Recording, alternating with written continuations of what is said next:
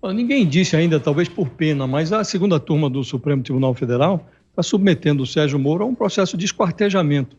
Começou, como mencionado, com uma decisão de agosto do ano passado, em que esta segunda turma anulou a sentença do Moro que condenava o ex-presidente da Petrobras, o Adelmir Bendini.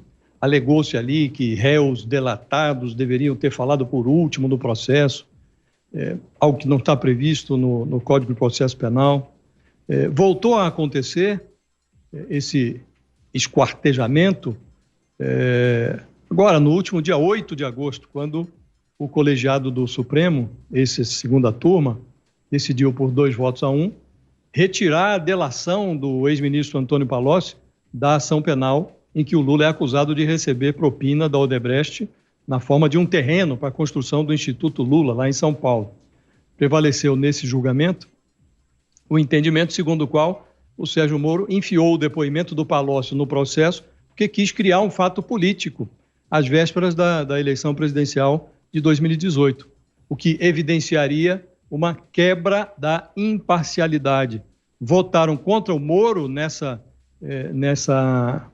julgamento o Gilmar Mendes e o Ricardo Lewandowski. Como sempre, votou a favor o relator da Lava Jato, Edson Fachin. A Carmen Lúcia e o Celso de Mello, os outros dois membros da segunda turma, não estavam presentes nessa sessão. Agora, nessa terça-feira, a mesma segunda turma anulou uma sentença do Moro no caso do Banestado, que é uma encrenca retirada do baú, coisa pré-Lava Jato.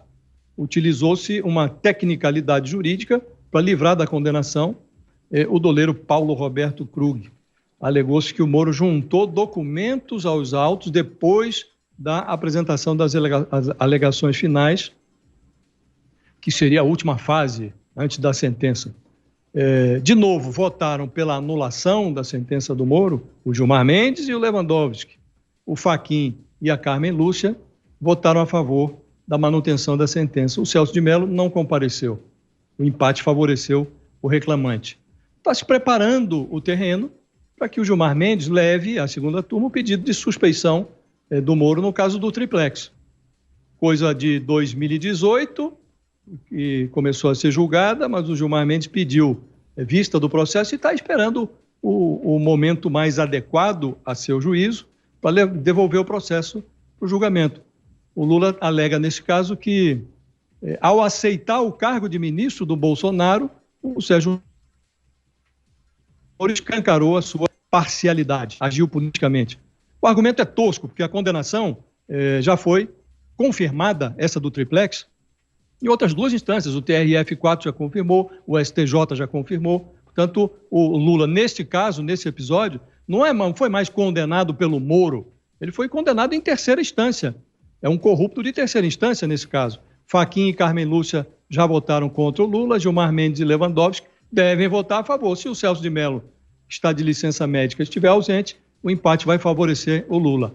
No caso do Banestado, a segunda turma cortou uma mão do Moro. No episódio da delação do Palocci, cortou a outra mão. E vai cortando aqui e ali. Se anular a sentença do triplex, aí vai cortar a cabeça. Os inimigos do Moro no Supremo ainda não se deram conta, mas esse processo de esquartejamento pode transformar o ex-ministro, o ex-juiz, numa vítima. Isso pode ser conveniente até para o Sérgio Moro, se ele decidir ser candidato à sucessão presidencial de 2022.